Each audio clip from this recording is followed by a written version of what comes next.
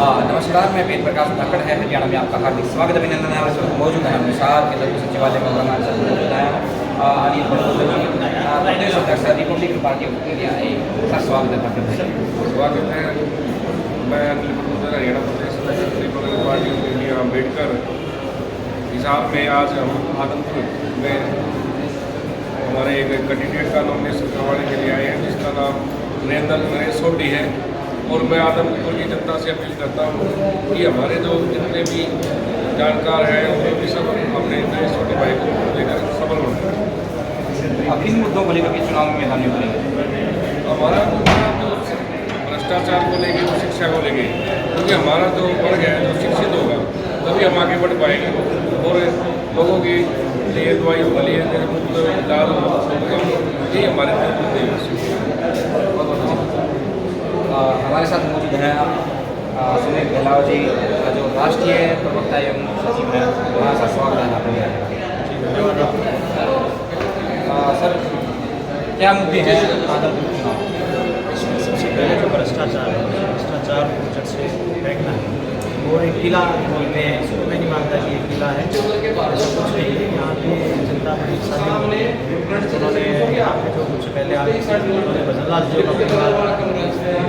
सालों से यहाँ पे उनके राज कर रहे हैं लेकिन उनका काम नहीं कर रहे हैं।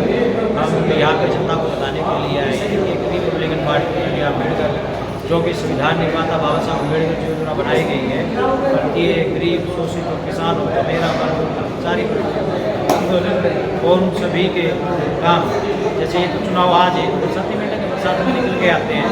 Republican party of India Ambedkar पिछले 4 साल से कोई सताएँ हमें बताए के मार्फत से पूरे देश और विदेश से हमारे पास समस्याएँ आती हैं, उन समस्याओं का निवारण करने का काम करते हैं।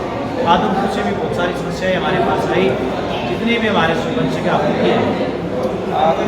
बात करते हैं चुनाव में अपने निजी स्वार्थ के लिए जनता को आपके भर्ती में जोड़ दिया गया, क्या कहना चाहेंगे? जनता को जिससे समझती है इस बात को, पहले वाली बात नहीं रही है। अब आदमपुर हल्का जो पढ़ा लिखा शिक्षित होने लगे हैं उसमें पुराने ज़माने की बात जनता समझ चुकी है कि ये सब यूज कर रहे हैं। जो आज यहाँ पे अपने बेटे को यहाँ पे खड़ा किया है, इससे पहले उनकी पत्नी यहाँ पे कुलदीप जी उनके पिताजी वो खड़े हुए हैं। ये अपने बेटे को पेंशन धारक बनाना चाहते हैं कि यहाँ से वो विधायक बने और पेंशन अगर वो चाहें तो अपने बेटे को विदेश में जब भेजा उन्होंने पढ़ाने के लिए तो वहाँ पर जाके अच्छी नौकरी करवाते हैं, डॉक्टर बनवाते हैं, यहाँ लेके आते हैं और कहते हैं कि एक राजघराने से हमारा बेटा था और यहाँ पे गरीब लोगों की सेवा करेगा। यहाँ पे सुख भोगने के लिए पेंशन लेने के लिए उसको लेके आए हैं। जनता इस बात को समझ रही है और जनता को सरासर परेशान किया जा रहा है। आज ही रिजाइन करना क्या जरूरत है, 2 साल के बाद करते 2 साल के अपने आप ही खत्म हो जाता है, फिर अपने बेटे को टिकट दिलाते तो जाके पता कि क्या है। आज उनको ये पता है कि केंद्र में भारतीय जनता पार्टी की सरकार है, हरियाणा में भारतीय जनता पार्टी की सरकार है और कहीं ना कहीं इस दबाव में शासन और व्यक्ति कि भी 2 साल हम काम लेंगे ये लेंगे, उस व्यक्ति से बहकावे में आके यहाँ पर क्या हो सकता है कि कुछ लोग उनको वोट डाले जाता है, उनको डाले उन मतों से जीते और अपने बेटे को भी पेंशन धारक भी बना सकते, इसलिए ऐसा एक बात पिछले दिनों सुर्खियों में रही है कि सोनाली फोगाट बीजेपी नेत्री उनकी हत्या हो गई थी, उसमें भी कुलदीप बिश्नोई का नाम आया, क्या कहना चाहिए? ये एक इन्वेस्टिगेशन का पार्ट है। हम अपने राजनीति या समाज सेवा करते हैं, वो उस चीज़ के लिए वहाँ की जो एजेंसी है वहाँ की एजेंसी काम करती है, यहाँ की एजेंसी काम करती है, वो पार्ट ऑफ उनका है हमारा। उसके लिए ना हम इसके लिए बोल सकते कि हत्या हुई है, ना हम ये बोल सकते एक एजेंसी का काम वो करेगी। लेकिन हमारी उनके जितने समर्थक हैं उनके परिवार के हैं, हमारी तरफ से उनकी सांत्वना हमारी शुभकामनाएँ हर सारी चीज़ें उनके साथ हैं, क्योंकि उस दुखी घड़ी में भी हम खड़े थे।